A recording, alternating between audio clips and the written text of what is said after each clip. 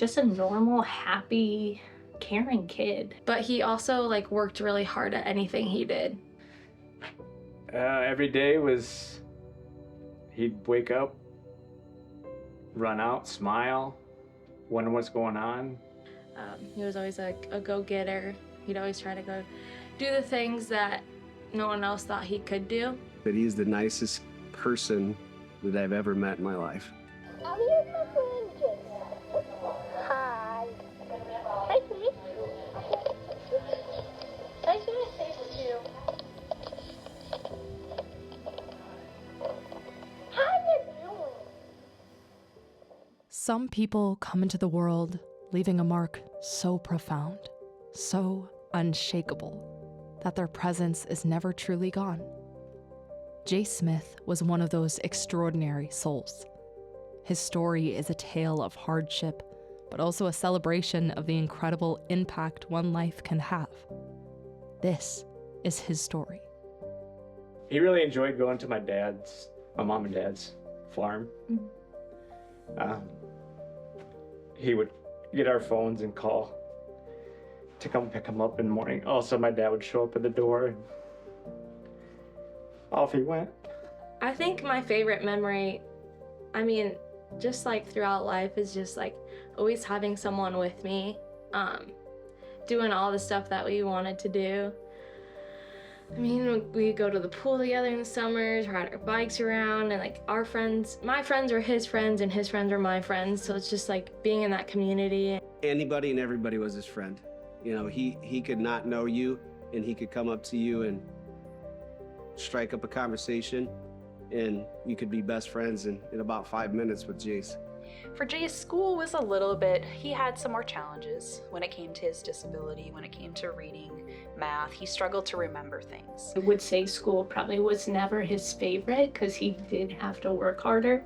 But I think, you know, he was the hardest worker you had. And I think, you know, his teachers would always say, oh my gosh, he's such a good kid. You have certain students that stand out more than others, and Jace was just one of those that just changed your life by his being positive. So it wasn't necessarily easy for him all of the time, but he made it seem like, well, that's okay. We can do this. You know, we'll tackle it together. Jace's differences began to be noticed at home. We were walking one time to go watch my niece play gymnastics, and he just fell. And I was like, dude, what's going on? And he's like, my legs just feel weak. And so, you know, he had no control over it. So I think, you know, knowing something was wrong, it was like, okay, we need to go and connect with the doctors and figure out what's happening here. I think the uncertainty of like being like, why can't he run with us to a certain extent, or like, why does he have to sit down? That was always something. But again, like that was just normal for me in my life. On February 19th, 2016, everything changed. He came into the room and he couldn't swallow, and he just looked at us. His eyes were so sad that something was majorly wrong. And I remember, you know, we got him dressed so he could go to the hospital, and he gave me a hug and he looked up at me and he said, I love you. And I was like, buddy, it's gonna be okay. You know, Dad's gonna take you and everything's gonna be okay. And I took him to the hospital about 2 or 3 in the morning. And he walked in, so that was, I thought was promising because he walked in with some power. I didn't have to carry him, but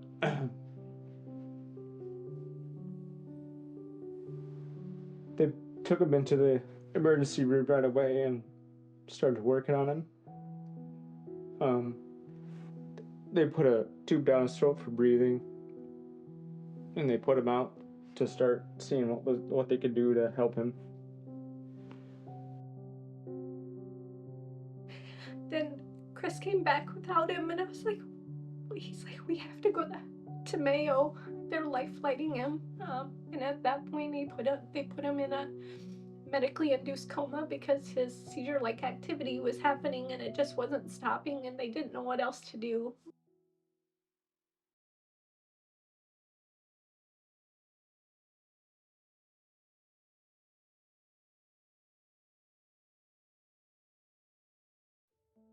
A kid that brought so much energy to the world, brought so much energy to everything he did, ended up passing from something that kind of sucked the energy from him. It was never known until the end of that he had the mitochondrial mutation. After Jace's passing, the Smith family sent his cells for genetic testing, revealing mitochondrial disease. When they told us that, I was like, okay, so now what? Did he have it his whole life? Is it something that was passed down from us? Does Macy have it? What do we have to worry about for the future? Dr. Eric Payne, a neurologist at Mayo Clinic, is familiar with mitochondrial disease and the DNM1L mutation, and worked closely with the Smith family during Jace's 11-week stay. Mitochondrial disease are any disease that affects the function of mitochondria. Mitochondrial disease affects roughly 1 in 5,000 people. While some mutations are hereditary, the mutation in the DNM1L gene is not passed down. This disease targets the mitochondria in cells, which provide the energy needed for normal bodily functions. We ended up sending some of Jace's skin cells, fibroblasts, to researchers in California, and they looked under a microscope at the mitochondria to see what they looked like, and they could see that they were elongated and not normal looking. But in addition, there was a mitochondrial researcher who had read our case report and reached out to us, and she has, Jace's fibroblast samples with the permission of the family. Dr. Payne connected the Smith family to Dr. Vivian Gamma, whose research at the Vivian Gamma Clinic focuses on potential treatment and therapies for mitochondrial disease. The donation of Jace's cells was invaluable to our research. His fibroblasts allow us to study initially how the DRP1 mutations affect cellular function, particularly now that we're working also in neurogenesis. But our first publication was done entirely with his cells. Building on the groundbreaking research from Dr. Gamma, the hope for a future without mitochondrial disease is strongest in those who carry on the fight. Chris was an assistant coach for the Warburg wrestling team, allowing Jace to grow up around Warburg wrestling and become a constant fixture in the wrestling program.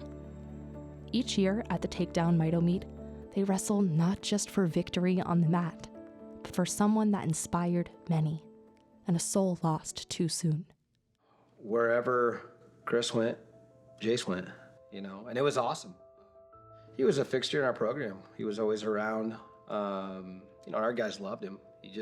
He brought an energy, he brought a presence, and he loved to be around the wrestlers. He loved to be around the program. But he loved it in there. I think just the energy in the room. He also loved Coach Keller, Coach Miller. It was a good relationship and a good place to have your kids grow up around. The first Takedown Mito was in 2017, and we made some shirts at halftime of the wrestling meet.